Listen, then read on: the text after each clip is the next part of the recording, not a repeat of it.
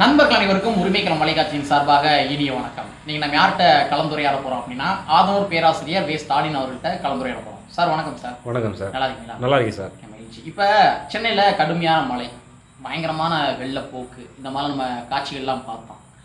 அப்போ நடிகர் விஷா அவர்கள் என்ன பண்ணுறாருன்னா ஒரு செல்ஃபி மாதிரி வீடியோ எடுத்து வெளியிடுறாரு. அந்த வீடியோவில் மேயர் பிரியா அவர்களை என்ன பண்ணுறாருன்னா டார்கெட் பண்ணி பேசுகிற மாதிரி என் வீட்டுக்குள்ளேயே தண்ணி வந்துருச்சு அப்படின்ற மாதிரி ஒரு ஸ்பீச் வந்து பேசுறாரு. அதுக்கு வந்து மேயர் பிரியா அவர்கள் ஒரு தக்க பதிலடி கொடுத்துருந்தாங்க. என்னன்னா அதாவது நீங்கள் அரசியல் பேசாமல் கோரிக்கை இருந்தால் சொல்லுங்கள், நிறைவேற்றி வைக்கிறேன் அப்படின்ற மாதிரி ஒரு ஒரு ஒரு மெச்சூரிட்டியாக வந்து ஒரு பதில் சொல்லியிருக்காங்க. ஸோ இப்போ விஷாலுடைய உள்நோக்கம் என்னவா இருக்கும்? இந்த சென்னை வெள்ள விவகாரத்தை நீங்கள் எப்படி பார்க்குறீங்க? விஷால் வந்து எந்த கண்ணோட்டத்தில் பேசினார் அப்படின்னு நமக்கு தெரியாது. பட் விஷால் வந்து சில விஷயங்கள் அந்த இடத்துல வந்து தெரிந்து கொள்ள வேண்டும். அதற்கு அவருக்காக நம்ம வந்து பதில் சொல்ல வேண்டிய கடமை இருக்குது.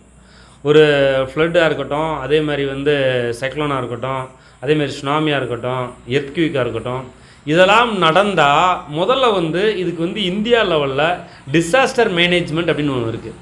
டிசாஸ்டர் மேனேஜ்மெண்ட்னா என்ன அப்படின்னா பேரிடர் மேலாண்மை அப்படின்னு ஒன்று இருக்குது. இது என்ன நடந்தாலும் முதல்ல வந்து முன்னெச்சரிக்கை நடவடிக்கை எடுக்கக்கூடியது வந்து அரசு இருந்தாலும் கூட இந்த பேரிடர் மேலாண்மை வந்து எதோட இயங்குது அப்படின்னு பார்த்தோம்னா, அதாவது ரெட் கிராஸ் இதில் உள்ளே வருவாங்க, ரெஸ்கியூ டீம் அப்படின்ற மீட்பு அதில் வருவாங்க, அதுக்கடுத்து ஃபயர் சர்வீஸ் தீயணைப்புத்துறை இவங்க உள்ளே வருவாங்க. இது வந்து ஒரு ஒரு ஒரு ரெஸ்கியூ டீம் தான் அதை வந்து முயற்சி பண்ணி எல்லா சிஸ்டமும் இருக்கும். அப்போ வந்து இந்த டிசாஸ்டர் மேனேஜ்மெண்ட்டுன்றது என்ன அப்படின்னா, அதாவது வந்து இந்த எர்த்குவிக்கோ சைக்ளோனோ இந்த ஃப்ளட்டோ அதுக்கடுத்து நம்ம சுனாமியோ அதுக்கடுத்து அந்த மலை சரிவோ எது ஏற்பட்டாலும் கூட வந்து இந்த டிசாஸ்டர் மேனேஜ்மெண்ட்டு நம்ம வந்து பயன்படுத்துறதுக்காகவே ஒவ்வொரு பேங்க்லையுமே வந்து பார்த்தோம்னா ஒரு 4% 7% நினைக்கிறேன். இது வந்து ஒரு சேவ் மணியாக வந்து நம்ம வந்து இந்தியாவில் இருக்கக்கூடிய ஒட்டுமொத்த தேசிய வங்கியிலையும் ஒரு ஒரு பாதுகாப்பாக நிதி வைத்திருப்பார்கள். இது எதுக்குன்னா இந்த மாதிரி வரக்கூடிய சம்பவங்களுக்கு பயன்படுத்துவதற்காக. இது ஏன் இந்த இதை நான் சொல்கிறேன் அப்படின்னு பார்த்தோம்னா, அப்போ டிசாஸ்டர் மேனேஜ்மெண்ட்டை தான் ஒரு கேள்வி கேட்டிருக்கணும். ஆக்சுவலாக அவர் இருக்குது கொஸ்டின் ரைஸ் வெள்ளத்துடைய அளவு தெரியாது இல்லையா, அதாவது இயற்கை சீற்றத்தினுடைய அளவு எப்படின்னு தெரியாது. அப்போ அவங்க தான் கேள்வி இருக்கணும். இப்போ இது வந்து 42 வருஷத்துல இல்லாத அளவுக்கான வெள்ளம். அப்படின்றப்ப நம்ம எக்ஸ்பெக்டேஷனை தாண்டி இயற்கை வந்து சீற்றத்தை வந்து தங்களுக்கு காட்டியிருக்கு.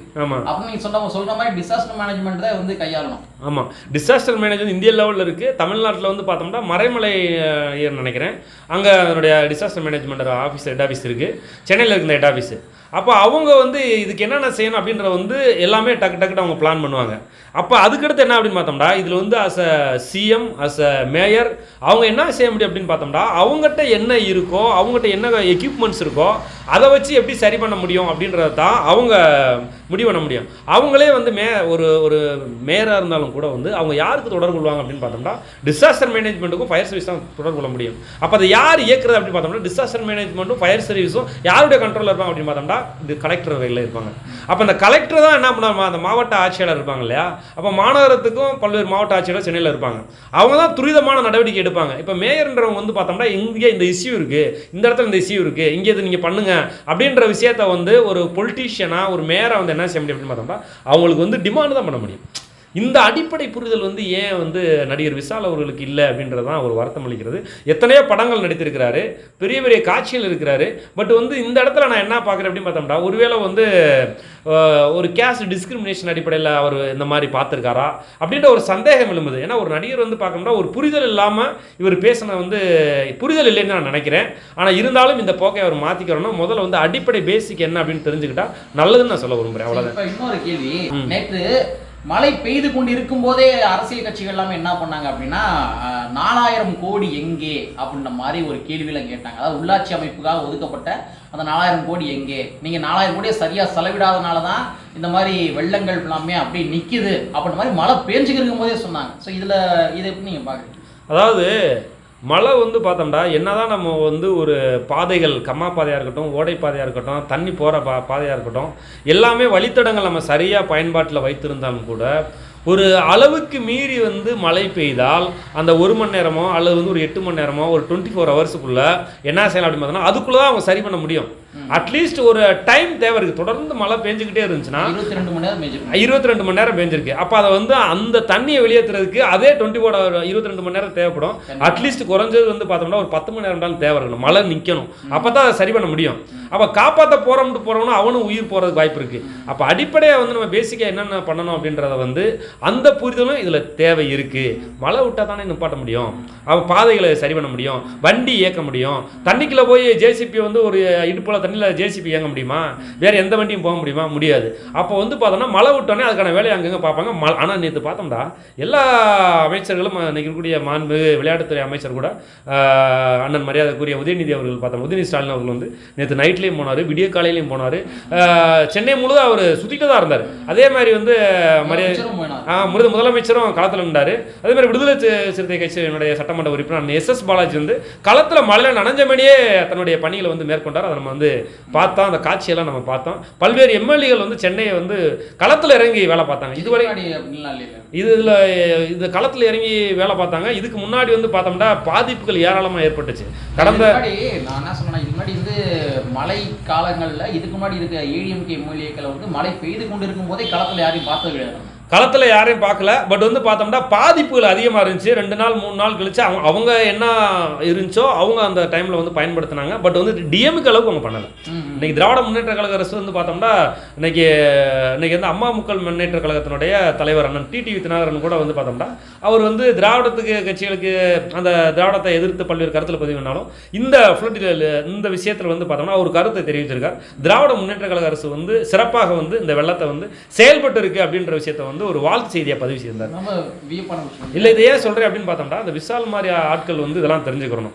அதாவது வந்து ஒரு அடிப்படை சிக்கல் என்ன அப்படின்னு கூட தெரியாமல் பேசக்கூடாது. அவர் கூட வந்து திடீர்னு பார்த்தா நான் சங்கத்தை ஏதோ பெரிய கட்டடம் கட்ட போகிறேன், நடிகர் சங்கம் கட்ட போகிறேன் அப்படின்னு சொன்னார். இது வரைக்கும் அவர் கட்டடம் கட்டவே இல்லை. அதாவது வந்து பார்த்தோம்னா எதை அரசியலாக பார்க்கணும், எதை அரசியலாக பார்க்கக்கூடாதுன்றது அடிப்படை புரிதல் இருக்குது. அதாவது இந்த வெள்ளத்துலையும் சுனாமிலையும் அரசியல் யாரும் பண்ண போகிறதில்ல. ஒவ்வொருத்தனுமே வந்து மனிதநேயம் உள்ளவர் வந்து மனிதனை காப்பாற்றணும்னு தான் போராடுவான். அப்போ வந்து இந்த இடத்துல அரசியல் வந்து அரசியலாக அவர் பேசியிருந்தா உண்மையிலே வந்து அவர் வந்து என்ன அப்படின்னு பார்த்தோம்னா கொஞ்சம் கூட வந்து ஒரு அறிவற்ற செயலாக நான் பார்க்குறேன். இப்போ இன்னொரு விஷயம், ஆல்ரெடி நான் கேட்ட கேள்விதான், அதாவது மழை வந்து அப்படியே பயங்கரமாக கடுமையாக பேஞ்சுக்கிட்டே இருக்குது. இருக்குதுலேயே 42 வருஷத்துல இல்லாத அளவிற்கு ஒரு கடுமையான மழை அப்படின்ற மாதிரி வானிலை அறிக்கை வந்து என்ன பண்றாங்க, சமர்ப்பணம் பண்றாங்க. ஸோ அந்த அளவுக்கு ஒரு கடுமையான மழை. அந்த மாதிரி மழை பேஞ்சுக்கிட்டு இருக்கும் போதே நேற்று காலையிலேருந்தே என்ன பண்றாங்கன்னா இந்த அரசியல் கட்சி எதிர்கட்சிக்காரங்களாம் இருப்பாங்க இல்லையா, அவங்க நேற்று காலையிலேருந்து சமூக வலைத்தளங்களில் வந்து சென்னையின் கொடுமை அந்த மாதிரி பதிவேட்டம் எல்லாமே போட ஆரம்பிச்சிட்டாங்க. ஆனால் அந்த மாதிரி பதிவு போட்ட யாருமே களத்தில் இல்லை. அது ரொம்ப ஒரு முக்கியமான விஷயம். ஏன்னா இப்போ ஆட்சி அதிகாரங்கள் வந்து திராவிட முன்னேற்ற கழகத்தினுடைய அரசாங்கத்தினுடைய கையில் இருந்தாலுமே அப்போ வந்து எதிர்கட்சியுமே வந்து என்ன பண்ணா களத்தில் இறங்க வேண்டிய தேவை இருக்கு இல்லையா, சும்மா உட்காந்து குறை மட்டும் சொல்ல முடியாது இல்லையா. ஸோ அப்போ மழை பேஞ்சுக்கிட்டு இருக்கும் போதே இவங்க வந்து காலையிலேயே இந்த மாதிரி பதிவுகள்லாம் போட ஆரம்பிச்சிட்டாங்க அப்படின்னா அது இதனுடைய உள்ள அர்த்தம் என்ன ஆகும்? இது எல்லாமே அரசியல். இதில் எதில் அரசியல் பண்ணணும் எதில் அரசியல் பண்ணக்கூடாது அப்படின்னு ஒரு விஷயம் இருக்கு. இதில் வந்து பார்த்தோம்னா குறிப்பாக வந்து நான் இன்னொரு கேள்வி இங்கே கேட்குறேன். இது வரைக்கும் அதிமுகவாக இருக்கட்டும், அதை சார்ந்த கட்சிகளாக இருக்கட்டும், பூராமே பிஜேபி ஆர்எஸ்எஸ்க்கு சொம்படிச்சாங்க. ஆனால் நேற்று நடந்த நிகழ்வில் ஒரு ஆச்சரியமான ஒரு விஷயம் என்ன அப்படின்னு பார்த்தோம்னா, அதாவது வந்து நிறைய பேர் சொல்கிறான், அண்மையிலோட அண்ணாமலை சொன்னார் நாங்களாம் இஸ்லாமிய கோயிலில் பெண்கள் போக முடியாது அப்படின்னாரு. ஆனால் நேற்று நடந்த அந்த வெள்ளத்துக்கு வந்து பல்லாவரத்தில் நாங்கள் இந்த மாதிரி ஒரு இஸ்லாமியர்கள் வந்து அல்லா கோயில் இருக்குது.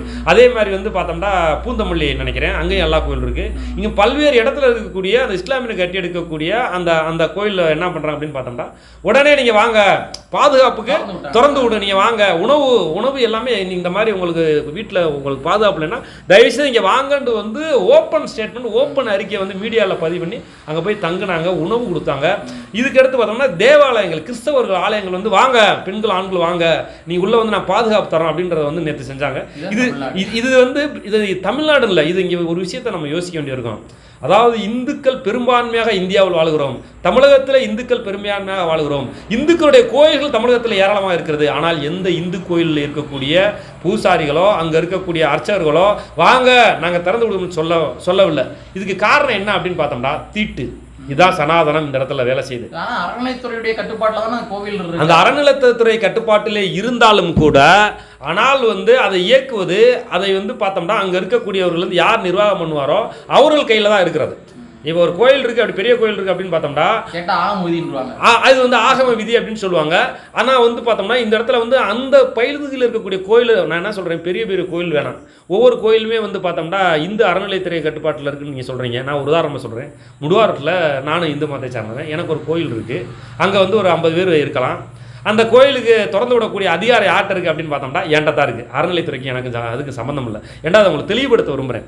அறநிலைத்துறை என்பது என்ன அப்படின்னு பார்த்தோம்னா ஒரு கட்டுப்பாட்டில் வந்து ஒரு திருவிழா வருகிற பொழுது இப்படி தான் நடத்தணும், இதில் வந்து ஈக்குவாலிட்டி இருக்கணும், இதில் சமத்துவம் இருக்கணும், யாருக்கு உரிமை மறுக்கப்படுகிறதோ அதற்காக செய்யணும், அவங்களுடைய வழிபாட்டு தலங்களை வந்து உயர்த்துவதற்கு வழிபடுவதற்கு அதற்கான வந்து ஒரு டிபார்ட்மெண்ட், அவ்வளோதான்.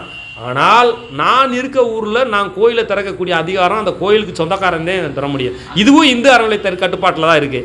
அப்போ சென்னையில் இருக்கக்கூடிய ஒட்டுமொத்த கோயிலை வந்து யார் கட்டியிருப்பார்களோ, ஒரு பங்காளி கட்டியிருப்பான், ஒரு இந்து மதத்தை சார்ந்து கட்டியிருப்பான். அந்த கட்டுப்பாட்டுன்றது வந்து இந்து அறநிலையத்துறை வந்து பார்த்தோம்னா அதுக்கான இப்படி செய்யுங்க இப்படி நடத்துங்கன்னு சொல்ல முடியுமே தவிர அந்த ஒட்டுமொத்த அதிகாரம் கோயிலை கட்டிய சார்ந்தோட தான் இருக்கும். அப்போ இவங்க ஏன் திறக்கலை அப்படின்னு பார்த்தோம்னா தீட்டு, அதாவது வந்து தீட்டு கொள்கை வந்து அந்த திரும்ப அடிக்கடி சொல்லுவார். இந்த இந்து மதத்தில் தீட்டு கொள்கை வந்து இருக்குது.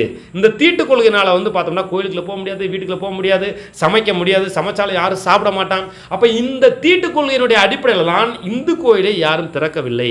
அப்போ வந்து உயிரே ஆனால் வந்து இந்த இஸ்லாமியர்கள் கோயிலையும் தேவாலயங்களையும் என்ன செய்கிறாங்க, பெண்கள் வாங்க ஆண்கள் வாங்க தீட்டா, அது அங்கே இல்லை, மனிதன்ற ஒன்று தான் பார்க்குறான். அப்போ அந்த இந்துல எது பிரச்சனையா இருக்கு அப்படின்னு பார்த்தா தீட்டுன்ற ஒரு பிரச்சனை வந்து சமர்ப்பிக்கிறப்பே இந்த சொன்னார். இதனுடைய அடிப்படையில் தான் எந்த இந்து கோயிலும் திறக்கப்படவில்லை. இது வந்து கோயில் என்பது யாரு, மனிதன் வழிபடுவதற்கு தான், தன்னை பாதுகாப்பதற்காகத்தான், இதையெல்லாம் உடைப்பதற்காகத்தான் அந்த திரும்ப வந்து சனாதனம் ஒழிக்கணும் அப்படின்னு சொல்றாங்க. இது ஒரு சனாதனம், இந்த ஒரு சனாதனம். இதை ஏன் சொல்றேன் அப்படின்னு பார்த்தோம்னா இவ்வளோ பெரிய சம்பவம் நடந்திருக்கு. இவ்வளவு சம்பவத்திலையும் பார்த்தோம்னா இஸ்லாமியரும் கிறிஸ்தவர்களும் கடுமையாக வந்து மனிதநேயத்தோடு செயல்பட்டார்கள். ஆனால் நான் தான் இந்துக்கள் பெருமையான வாழ்க்கைன்னு சொல்கிற யாருமே எந்த ஆலயங்களையும் கோயிலையும் திறக்கப்படவில்லை. அப்படி இருந்தும் கூட திராவிட முன்னேற்ற கழக அரசு வந்து சிறப்பாக செயல்பட்டு அப்படியே இப்போ பார்த்தோம்னா ரோடாக இருக்குது. ஒரு 8 மணி நேரத்தில் எல்லாத்தையும் வழியை அங்கே தண்ணியெல்லாம் தேக்கத்தப்புறம் சரி பண்ணி சிறப்பாக வந்து மாண்புமிகு முதலமைச்சர் தளபதி ஸ்டாலின் அவர்களும் அண்ணன் விளையாட்டுத்துறை அமைச்சர் மாண்புமிகு உதயநிதி அவர்களும் மற்ற கூட்டணி கட்சிகளும் சிறப்பாக செயல்பட்டு சென்னையை இன்றைக்கு காப்பாற்றியிருக்கிறார்கள். உயிர் சேதம் என்பது ஒரு 5ஓ 6ஓ தான் இருக்குமே தவிர அதிகளவு உயிர் சேதமும் இதில் ஏற்படவில்லை. இல்லை உயிர் சேதம் ஏற்பட்டிருக்கு, ஒரு 4ஓ 5ஓ ஏற்பட்டிருக்கு. பட் வந்து பார்த்தோம்னா பெரிய அளவில் பாதிப்பு ஏற்படவில்லை. அந்த அளவுக்கு திராவிட முன்னேற்ற கழக அரசை செயல்பட்டு பல்வேறு மாற்றுக் கட்சிகள் சொல்கிறார்கள். அதே நாம் வரவேற்கிறோம். திமுக கடுமையாக செயல்படுகிறது. அதே மாதிரி திராவிட முன்னேற்ற கழகத்தின் சார்பாக இன்னைக்கு செயல்படக்கூடிய பெரிய நம்ம மேயர் வந்து பார்த்தோம்னா அன்றைக்கி பார்த்தோம்னா பயங்கரமாக செயல்படுறாங்க, களத்தில் நிற்கிறாங்க. அவரு கூட உங்களுக்கு என்ன குறைன்னு சொல்லுங்கள், நாங்கள் சரி பண்ணுறோம் அப்படின்னு விசால்ட்டையும் பதில் சொல்லியிருக்காங்க. நாங்கள் சரி பண்ணுறோம், அரசியல் பண்ணாதீங்க அப்படின்றதே விளக்கம் சொல்லியிருக்காங்க. அதைத்தான் நானும் விசாலுக்கு இதில் சொல்ல விரும்புகிறேன். நன்றி சார். பல்வேறு வகையான தகவல் சொன்னீங்க. குறிப்பாக இன்னொரு விஷயத்தை நான் ஆட் பண்ணிக்கிறேன். அதாவது இந்த இந்து கோயிலை வந்து திறந்து விட மாட்டாங்கன்ற மாதிரி விஷயத்துல இதில் இன்னொரு கவனிக்கப்பட வேண்டிய விஷயம் என்ன அப்படின்னா இவங்க இந்த அனைத்து ஜாதியினும் அர்ச்சகராருக்கே ஒத்துக்கிற மாட்டாங்க. இவங்க எப்படி திறந்துடுவாங்க அப்படின்ற மாதிரி சில கேள்விகள் எல்லாமே எழுப்புது. கண்டிப்பா. ஸோ வந்து ரொம்ப வேல்யூபிள் பாயிண்ட் எல்லாம் சொன்னீங்க. ரொம்ப மகிழ்ச்சி. நன்றி சார். நன்றி.